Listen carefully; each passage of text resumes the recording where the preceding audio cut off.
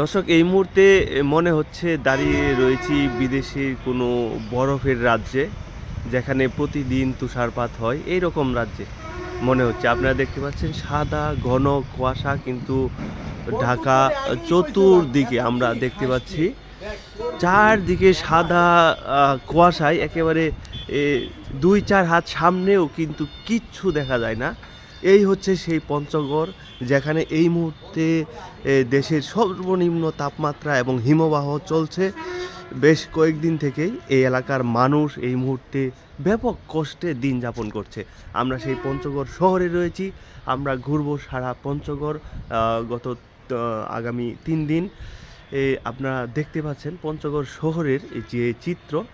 শহরে যেহেতু এই অবস্থা, গ্রামে এর চেয়ে আরও ভয়াবহ শীত এবং এর চেয়ে বেশি হিমবাহ আমরা দেখতে পেয়েছি। কারণ এই পঞ্চগড়ের ঠিক একেবারে পাশেই কিন্তু নেপালের সেই হিমালয় পর্বত।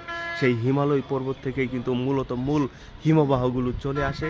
শীতের যে প্রচণ্ড শীতের যে তীব্রতা, শীতের যে ক্ষিপ্রতা আমরা দেখেছি এই পঞ্চগড়ে, গত 2 দিন থেকে দেখছি, সেটি কিন্তু একেবারেই বলে ভাষায় প্রকাশ করা যাবে না। দর্শক, আমরা সেই এমন একটি জায়গায় রয়েছি যে জায়গায় মানুষ যেমন কষ্টে দিন যাপন করছে, তেমনি বাংলাদেশের সবচেয়ে সর্বনিম্ন তাপমাত্রা এবং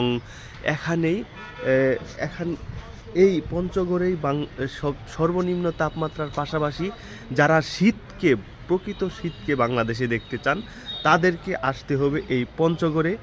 চমৎকার যারা শীতের সকালে, শীতের দুপুর এবং শীতের বিকেল উপভোগ করতে চান পৃথকভাবে, তাদেরকে আসতে হবে এই পঞ্চগড় জেলায়।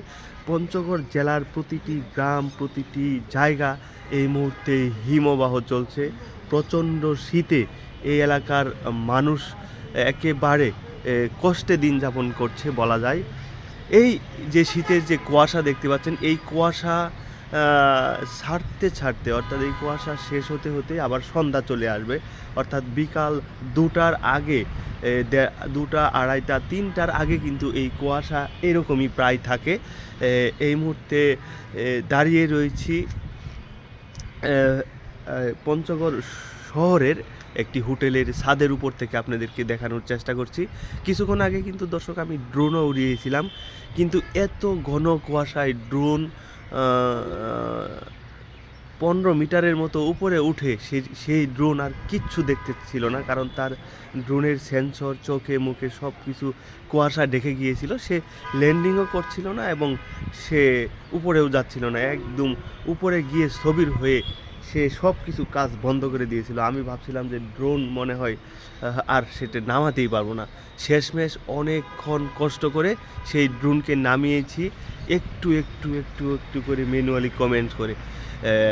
এই হচ্ছে পঞ্চগড়ের অবস্থা।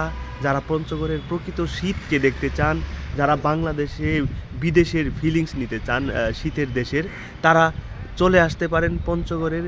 টেকনাফ থেকে পঞ্চগড়, ঠাকুরগাঁও, এই অঞ্চলগুলোতে এই মুহূর্তে চলছে প্রচণ্ড হিমবাহ। আপনারা যদি হিমবাহ দেখতে চান, চলে আসুন এই পঞ্চগড়ে ঘোরার বেশ কিছু জায়গা রয়েছে। এই হচ্ছে বাংলাদেশের সর্বনিম্ন তাপমাত্রার জেলা। দর্শক, যে যেখান থেকেই দেখছেন, সবাই ভালো থাকুন, সুস্থ থাকুন, সুন্দর থাকুন, সেই প্রত্যাশায় বিদায় নিচ্ছি। আল্লাহ হাফেজ।